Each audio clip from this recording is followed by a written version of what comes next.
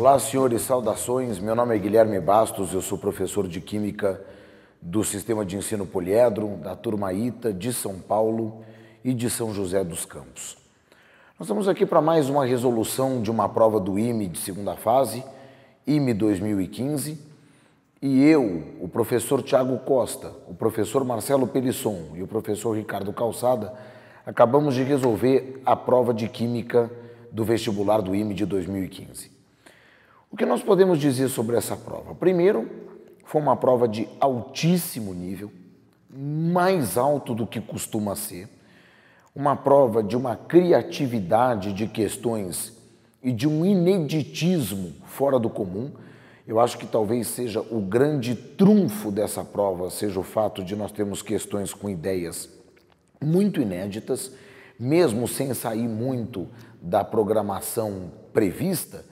As questões têm ideias muito novas, formulações muito novas, jeito muito novo de se escrever as coisas, e já só por causa disso nós já devemos parabenizar a banca examinadora por essa capacidade de construir questões que a gente não costuma ver nos outros anos. Então, parabéns à banca examinadora por esse detalhe da prova.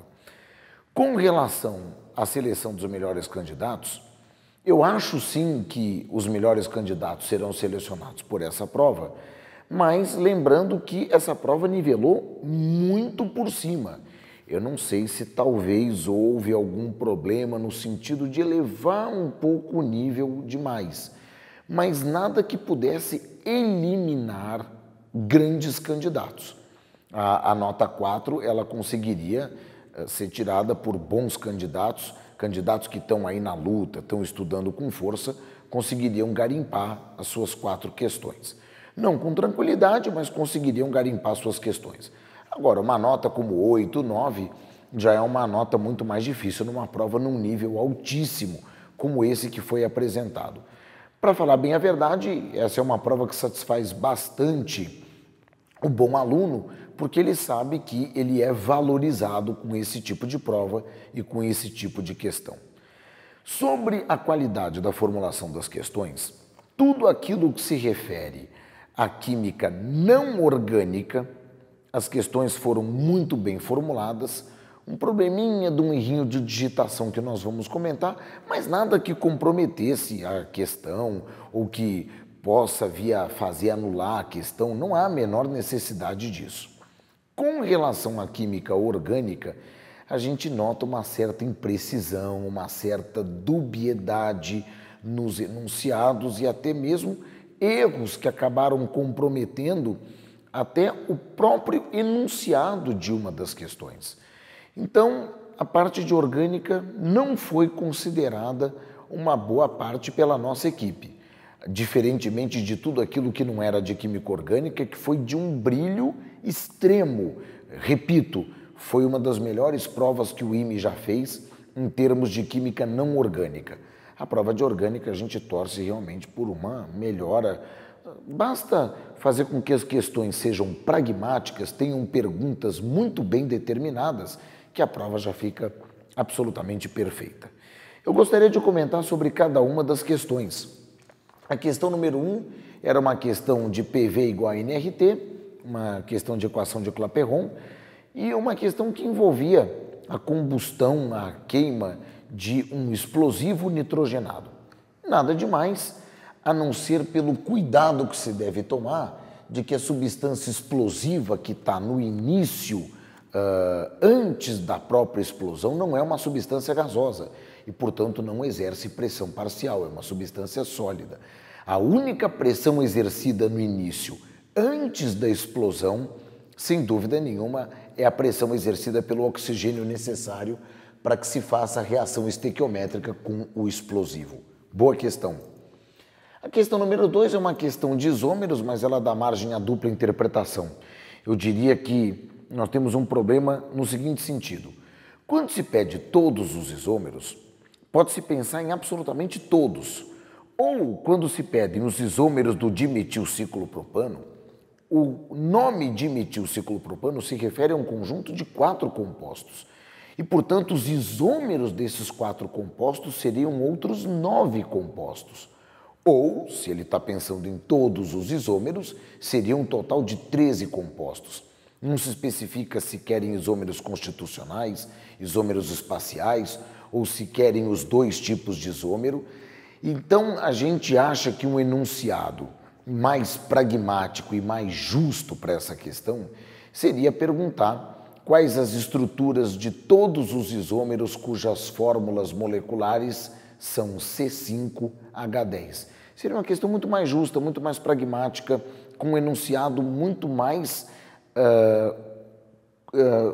adequado para o bom aluno, para que ele não tivesse realmente o problema de ter que ficar imaginando o que o examinador está pensando, que tipo de resposta eu tenho que dar. Um aspecto negativo é a questão da nomenclatura. Ficar cobrando nomenclatura realmente é uma coisa complicada. A nomenclatura RS, que teria que ser dita no caso dos isômeros espaciais, não é uma nomenclatura que a gente vislumbre em cursos normais de ensino médio, nem em bons cursos de ensino médio. Então a gente lamenta um pouco por essa questão. A questão número 3 é uma questão de equilíbrios químicos. Se o aluno fosse descambar para uma conta desnecessária de calcular quanto tem de cada componente no equilíbrio, ele perderia um tempo desnecessário. O número de mols é constante e vale 6, inclusive no início e no momento do equilíbrio, e, portanto, não há necessidade de fazer conta nesse sentido. Então, a questão, se o aluno tivesse uma boa habilidade, um bom preparo, ele faria sem grandes trabalhos, sem maiores contas. E as contas não eram contas simples, mas desnecessárias. A questão número 4 era uma questão extremamente trabalhosa de eletroquímica, uma questão que dava bastante conta, muito trabalho, uma teoria boa, uma questão muito inédita, mas uma questão trabalhosa. A questão número 5 era uma questão que envolvia titulação com método de íon elétron, uma questão que eu acho que o pessoal deveria, o bom aluno deveria fazer, seria uma das 4 que o pessoal deveria fazer. A questão número 1 também é uma questão que obrigatoriamente o aluno teria que fazer. A questão número 6 é uma questão justa de radioatividade, o aluno teria que fazer, o aluno bem preparado faz a questão número 6. Depois nós temos a questão número 7, era uma questão até fácil de cinética química, talvez a única questão verdadeiramente fácil da prova. A gente só lamenta porque uma das velocidades deveria ser 30 e por um nítido erro de digitação a velocidade está marcada como sendo 3. Eu acho que o aluno não teria dificuldade em perceber isso, porque existiam 2 maneiras de determinar a lei da velocidade. Uma pela tabela, em que esse valor está errado, mas o aluno perceberia facilmente o erro, e uma segunda maneira seria pelos reagentes de etapa lenta e que faria com que a resolução não dependesse desse erro de digitação, do aluno perceber esse erro de digitação. Não vejo por que anular a questão, não tem a menor necessidade disso. O bom aluno não seria prejudicado por esse pequeno equívoco. A questão número 8 prejudicou muito o bom aluno. A gente enxerga que houve um erro de digitação e na terceira das reações, ao invés de água, ao invés do meio ser aquoso, o meio deveria ser éter, para que as 4 reações fossem condizentes com aquilo que se dizia no enunciado de somente 2 reações possíveis. A questão número 9 era uma boa questão de coligativas, misturada com um diagrama de fases, uma questão com um bom grau de ineditismo, era uma questão que o bom aluno dificilmente teria visto algo muito similar, mas com a teoria que ele tem, ele consegue resolver com tranquilidade, é uma das questões que a gente acha que ele deveria fazer. Destaque especialíssimo para a questão número 10, uma questão que cobra a lei de Kirchhoff, em que os reagentes, cada um deles está numa temperatura diferente do padrão e o produto numa temperatura diferente da temperatura dos reagentes, diferente da temperatura do padrão. O que deveria ser feito seria calcular o calor necessário para sair do padrão e ir até cada temperatura em que cada um dos compostos se encontra, para depois calcular um ΔH dessa reação com base nesses calores para aquecer as substâncias a partir das condições padrão e do próprio ΔH que foi fornecido nas condições padrão no começo da prova.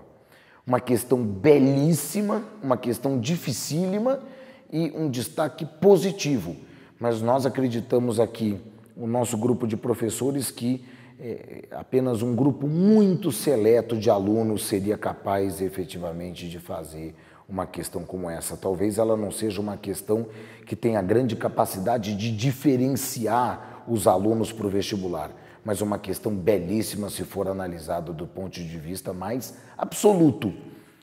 Foi uma grande prova, foi uma prova fantástica. Parabéns à banca examinadora. Nós desejamos que todos os alunos que estejam assistindo o nosso vídeo nesse momento tenham feito um grande trabalho hoje, tenham conseguido dar o seu melhor e nós nos vemos na resolução da prova do ITA de 2015. Até logo. Tchau, tchau.